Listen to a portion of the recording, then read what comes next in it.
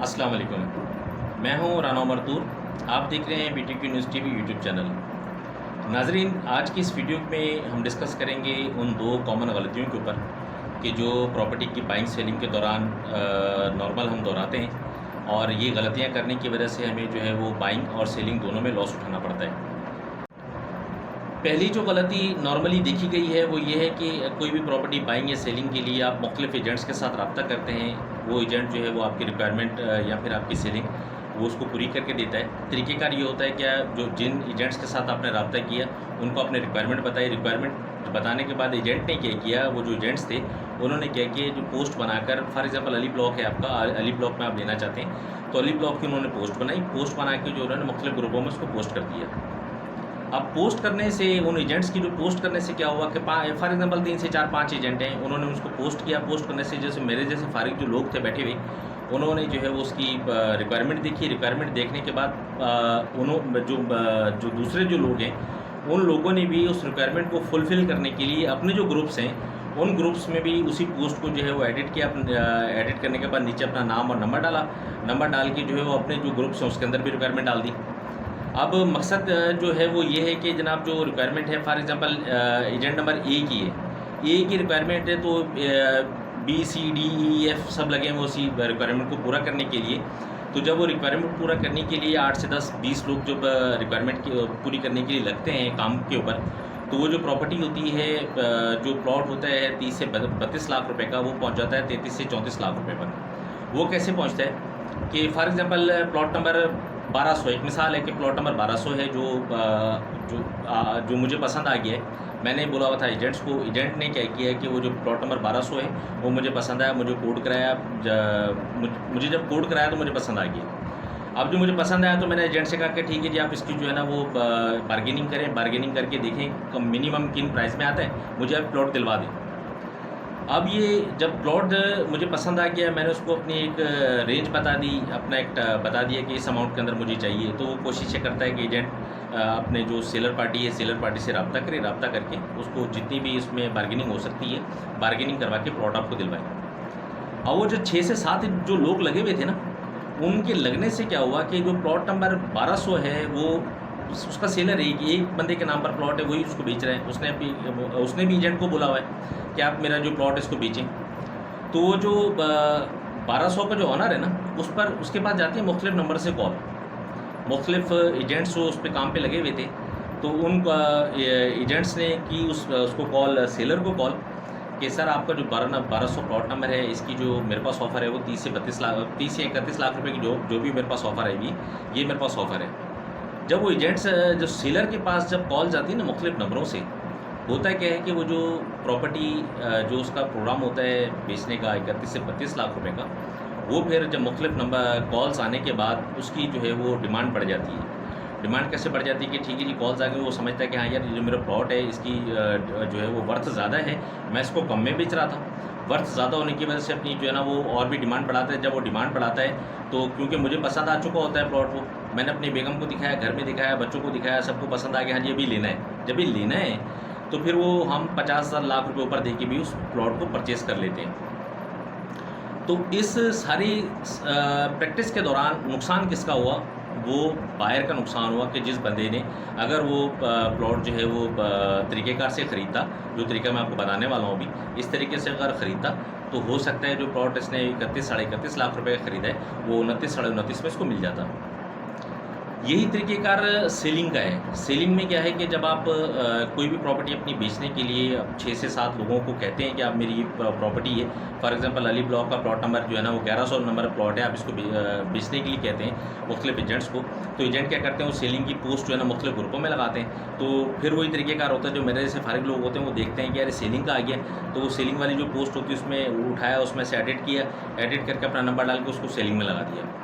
जब वो 5 से 6 लोगों ने जो है मुख्तलिफ ग्रुप्स में उसको पोस्ट किया, फिर मेरे जैसे फारिगों ने भी उठा के उसको ग्रुपों में पोस्ट करना शुरू कर दिया, तो वो जो सेलिंग 1100 नंबर जो प्लॉट होता है ना, वो मार्केट में इतना जलील हो चुका होता है कि उस प्लॉट को ख़रीदते वक्त जो है वो समझ लें औने पौने वाली ऑफ़रें आ रही होती हैं। फॉर एग्ज़ाम्पल वो मैंने जो है वो डिमांड मेरी थी कि जनाब इसको जो है वो मैं 30 लाख में बेचूँगा।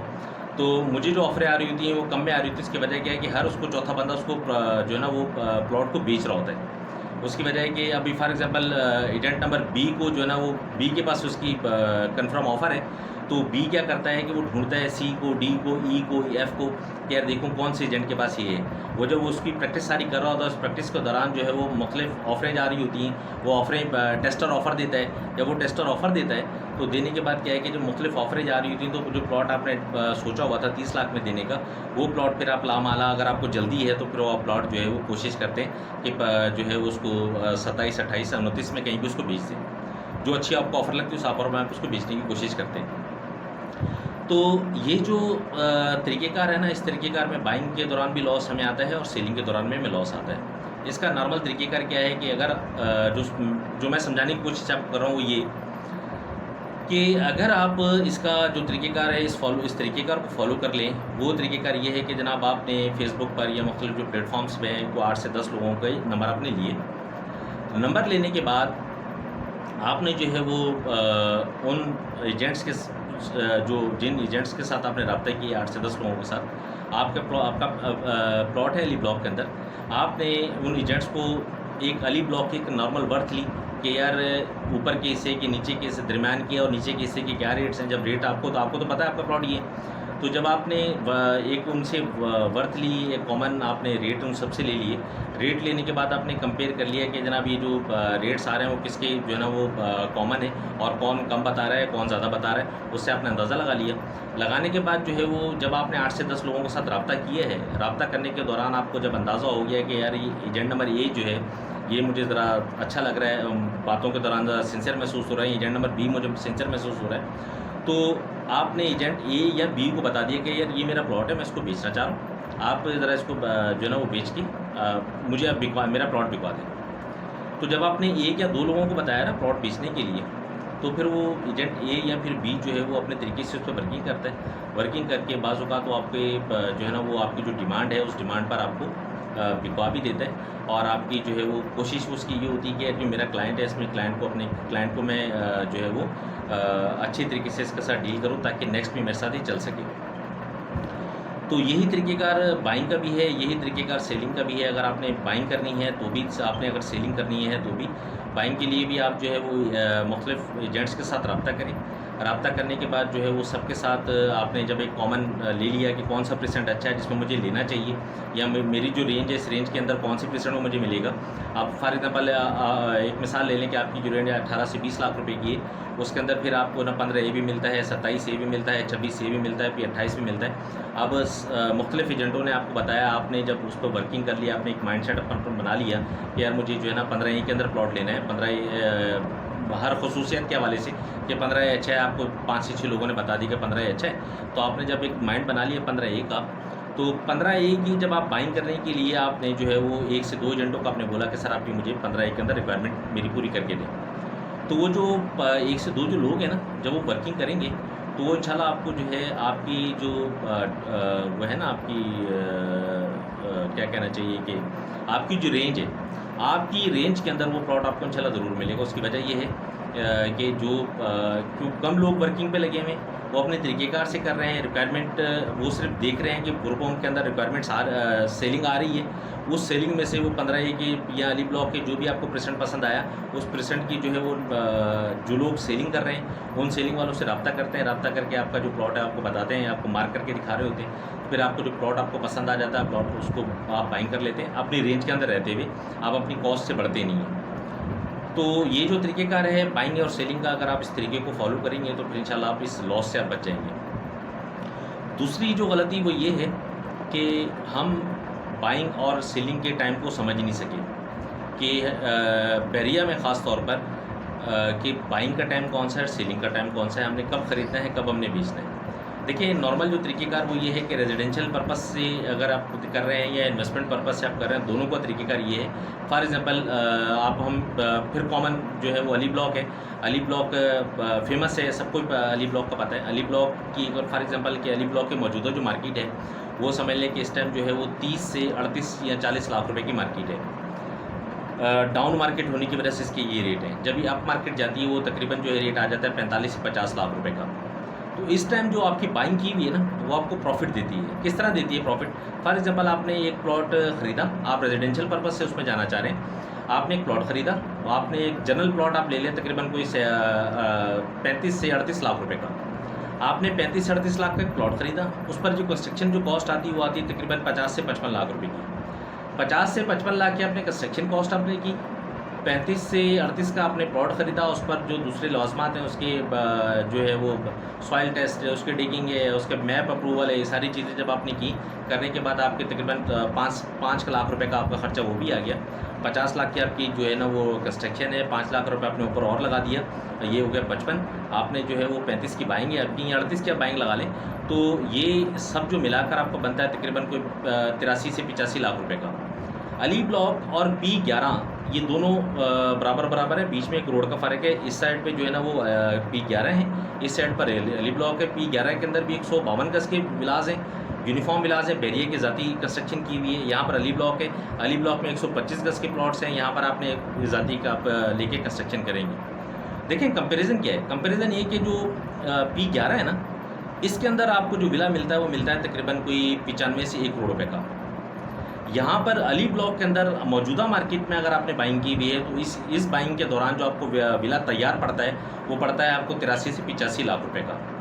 जब आपने 83 से 85 लाख रुपए का एक विला अपने प्लॉट लेकर विला बनाया, उसको आप बेचने मार्केट में जा रहे हैं ना, तो वो जो विला है वो आपका तकरीबन बिकता है 95 से 1 करोड़ रुपए का। तो आपको यहाँ से 15 से 20 लाख रुपए का प्रॉफिट आ जाता है जब आप इस तरह की उसमें ख़रीदते हैं और आप इसको जो है मार्केट में सेलिंग पर जाते हैं। जब आप इसको ख़रीदते हैं अप मार्केट के अंदर पीक पर, नॉर्मल जो क्लाइंट है वो बैरियर का जो क्लाइंट है नॉर्मल जो वो पीक पर ख़रीदता है, वो लो मार्केट के अंदर नहीं आता, वो लो मार्केट में इंतज़ार में रहता है कि और डाउन जो है और डाउन जो है होता है, और डाउन नहीं होनी, लेकिन वो नुकसान अपना ज़ाती कर रहा होता है। तो डाउन की भी एक तरीके, मिनिमम जो मार्केट है उसका भी एक स्टैंड है और मैक्सिमम उसका भी एक स्टैंड है। तो मिनिमम आजकल मिनिमम मार्केट है, तो मिनिमम मार्केट में आपने जो ख़रीदा उसमें आप 15 से 20 लाख का आपने प्रॉफिट कर लिया। वो मैंने आपका तरीक़ेकार बता दिया कि आपने 83 से 85 लाख का आपको तैयार पड़ा। आपने जो है वो अगर आपका अच्छा विला है, वेस्ट ओपन है, इस तरह की सारी चीज़ें कैटेगरीज आ रही हैं उसके अंदर, तो जो विला है आप जो है वो उसको अपने विले को जो है वो बेचते हैं 95 से 1 करोड़ 1 करोड़ 5 लाख रुपए का, तो वो बिकने के बाद आपको जो है 15 से 20 लाख का आपको प्रॉफिट आ जाता है। अच्छा, यही अगर आपने बाइंग की हुई पीक मार्केट में जो नॉर्मल हम क्लाइंट बेरिका करता है, पीक मार्केट में आपने जो बाइंग की वो की है 45 लाख रुपए की, 50 लाख रुपए की अपनी बाइंग, उस पर आपने कंस्ट्रक्शन कॉस्ट जो है वो 55 लाख रुपए की, डिगिंग और ये सब कुछ मिला के। अब वो जो विला है वो आपको तैयार होकर ही 1 करोड़ 5 1 करोड़ 10 का पड़ा। तो जब 1 करोड़ 5 और 10 का पड़ गया, उसकी वर्थ ही जो है वो 1 करोड़ 5 10 की है। तो आपकी जो कॉस्ट आई है, प्लॉट की कॉस्ट है, कंस्ट्रक्शन कॉस्ट है, ये सब कुछ जो है वो आपकी आपको जो घर पे है वो भी तकरीबन 1 करोड़ 5 या 10 का पड़ रहा है। अब मार्केट भी उसकी कितने की है, तो इस मार्केट के अंदर अगर आप बेचेंगे तो आपने क्या कमाया, आपने क्या गवाया, इसका अंदाज़ा आप खुद लगा सकते हैं। देखिए, इस तरह के जो तरीक़ेकार है ना, आप जब पीक रेट्स में बाइंग करते हैं तो उसका सिर्फ ट्रेडिंग के हवाले से भी, रेजिडेंशियल के हवाले से भी, दोनों में आपको लॉस है। उस लॉस से होता क्या है कि फिर आप इफेक्टी बाय बॉर्न इफेक्टी जिसे मैं कहता हूँ कि आप पीक में ख़रीदे हुए जो लोग हैं, जिन लोगों की ख़रीदारी पीक में है, वो बाय बॉर्न इफेक्टी हैं।